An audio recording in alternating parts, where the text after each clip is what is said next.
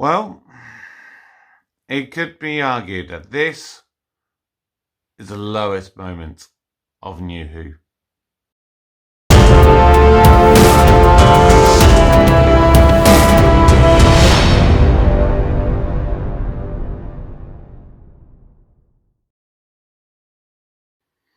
Hello everybody, welcome back to the channel. My name is Kevin, I am a geek. You're back watching Kevin the Geek, and this is the latest episode of my New Who Doctor Who review. We've gone from really good to really bad. Remember, if you are new to the channel, please do consider subscribing. Please drop a comment down below and let me know your thoughts on this episode. Oh, let's not dilly-dally. Let's get into it. Okay, so, long game. Starting off with, the story is just dreadful. It really is. The whole purpose of it is basically to set up the finale.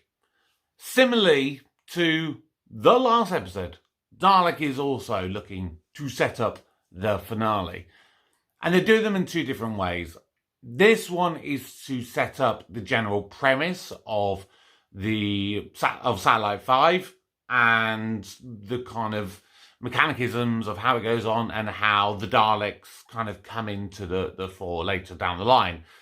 Dalek goes to set up the Daleks, and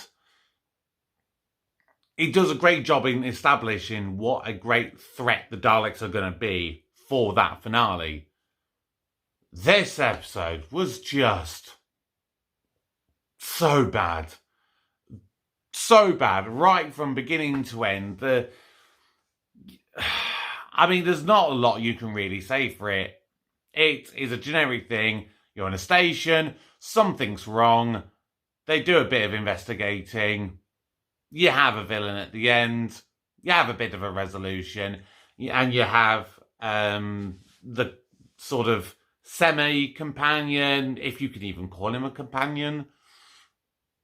And he causes a bit of a problem, sets up the finale, and that's it. You have a slight general premise that could have gone somewhere, in the fact that, you know, it's sort of like the government and the world and things are being manipulated through media, which is an interesting concept, but it just doesn't go anywhere with it. It's just bad from start to finish, and the story gets 3 out of 10. The Doctor is just kind of there throughout the episode. He doesn't do a lot. I mean, Chris plays him well and does a good job in what he is asked to do in this episode, but the writing lets him down. And if it wasn't for Chris's acting, it would be really low. There's not a lot you can say for the Doctor in this one. He's just kind of there, asking a few questions, presents that moral dilemma, and that's it. Yeah, the Doctor is getting, because Chris portrayed him well in what limited stuff he could do with the character, is getting an average score of 5 out of 10.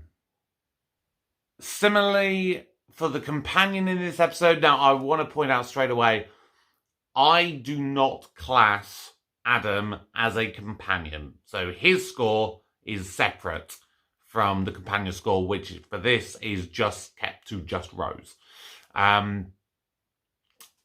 She's there, she has a bit of kind of stuff with Adam, and then she's with the Doctor a lot of time, but she's just kind of there. And the only kind of moment of note, really, is the moment where she goes, "If you want to be useful, get him to turn the heating down. It's boiling." What's wrong with this place? Can't they do something about it? I don't know. We keep asking. Something to do with the turbines. Something to do with the turbine. Well, I don't know. Exactly. I give up on you, Kathica. Now, Rose, look at Rose. Rose is asking the right kind of questions. Oh, thank you. Why is it so hot? but other than that, like I said, similarly to the Doctor, she's just there and kind of there for expositional dialogue. So yeah, not great once again. Because she's kind of very forgettable in this, she can't get quite as high as the Doctor, but she was fine. That's it. So Rose is going to get 4 out of 10. Now, the villain. You've technically got 2. You've got the Jagrafess. Yeah, CGI monster, kind of created almost just to serve as an ending. Pointless. CGI blob. That's it. I think my biggest criticism has got to be for this episode is how wasted Simon Pegg was. He's a fantastic actor. He's done so much. And okay, this was kind of early in his career. And yeah, just a wasted character. He was his true Simon Peggness, if you like, and did really good in what he could do. But again, he was still kind of restricted in what he could do by the writing and everything. So the way I'm basically going to score it, Simon Pegg gets 5 out of 10. The Jagrafess gets a 1. Average score, 3 out of 10 for the villain. I think that's only fair. Now, supporting characters. This is the category that Adam falls into. You've kind of got 4 supporting characters. Of course, you have Adam, who appeared in the last episode. And I didn't mind him in the last episode. You know, again, he didn't really do a lot, but he was a reasonably likeable character. And I think did just enough to make it understandable why he would be asked to be brought along as part of the TARDIS crew. In this episode, considering he was called a genius in the last episode, he was freaking stupid as hell in this episode. I mean, so frustratingly annoying, and I'm so glad that we've never, ever seen him again, and I hope we never, ever, well, I mean, you're never going to see him again, not without the controversy and legal matters around Bruno Langley, which I'm not going to even come close to delving into here. But yeah, pointless character. Really pointless. Literally only seemed to exist to highlight why the Doctor chooses Rose to be his companion, and he chooses the best. But I want to come with you. I only take the best. I've got Rose. Yeah, pointless. The main 2 that's kind of on Satellite 5, you've got Kathika and Suki. Kathika was boring. She was there to propose opposition to the Doctor for the most part of it, and then to save the day. And even after she saved the day, she had the most ridiculous line as she's saving the day. Oh, no, you don't. You should have promoted me years back. And Suki, again, just like the first part of it, I know she's supposed to be undercover. What I took issue was when she first goes up to floor 500. I can understand it when she's in the room with the editor, with Simon Pegg's character, and she's playing off being a bit, confused and because she's undercover. But when she first goes in and she's legit on her own, the fact that she's supposed to be this freedom fighter and you see her with all these guns and everything like that, the fact that she seems scared and tries to escape back out the door, yeah, just so inconsistent. Really, really poorly done.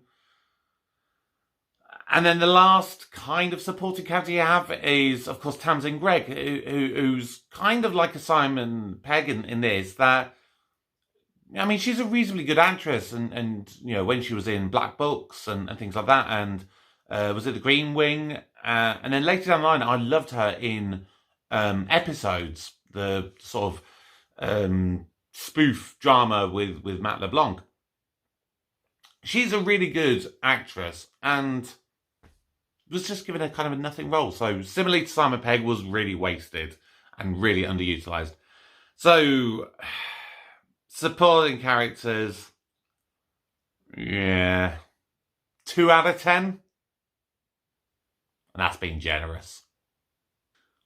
Music for the episode, forgettable. It did just about enough to set the mood and set the kind of scene and everything. The only one that I kind of vaguely remembered and really felt reasonably good was when Suki first goes up to floor 500. It's quite suspenseful. It almost kind of feels like it would be like an early horror movie style piece of music. But the rest of it, yeah, just boring and dull.